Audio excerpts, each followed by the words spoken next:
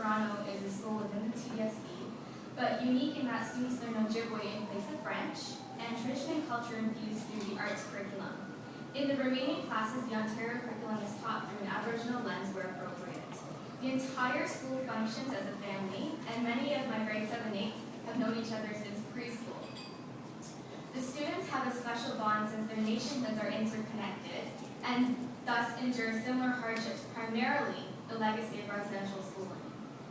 Thus, when initially introducing the Dare to Dream program to my students, I received many sour faces and a common distaste with anything related to law. This is likely due to their personal experiences. However, as the lawyers frequented the classroom, a kinship developed and the students' opinions changed for the better.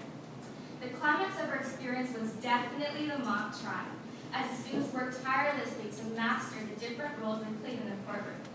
Justice Laforme resided over us that day, and we were published in the Globe and Mail. Making experiences authentic extends learning beyond the classroom walls and really brings to light the real-life applications of what is being taught. What is beautiful about the Dare to Dream program is that it is a year-long partnership, law being the focus of the first semester and relationship building during the second. Thus, there is continuity, time to develop trust, and an emphasis on nurturing relationships. This is the reason why my students don't just see lawyers in suits anymore, but as friendly faces and mentors. The scope of the program is also multifaceted. It maintains the focus on law and opens up the students' eyes to diverse roles one can play within the field of law. This was experienced firsthand when we visited the Macmillan Law Office. Students need to feel confident in their abilities, and the way the program was delivered, all students with varying skills and interests were able to access something that meshed with their skill set.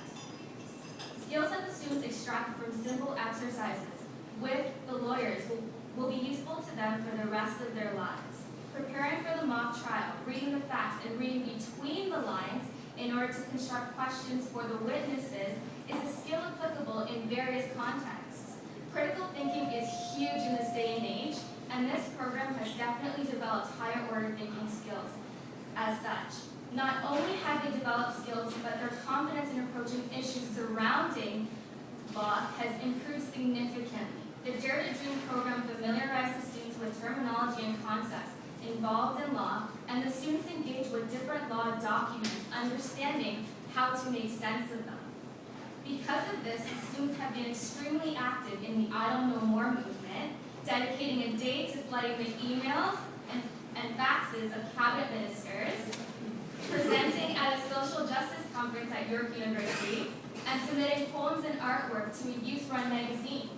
Through Dare to Dream, students were able to access a dense document, in this case, Bill C-45, by discussing bias and asking meaningful and relevant questions based on facts.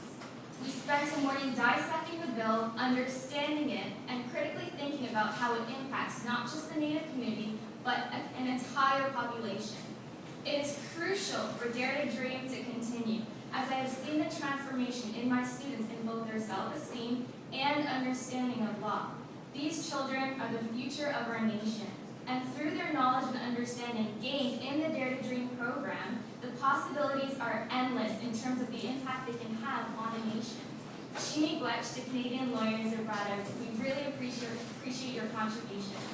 I asked my students to convey one teaching they received from this entire experience to share with you tonight. Here it is. Never judge an individual by the way they look or what they do, because Dare to Dream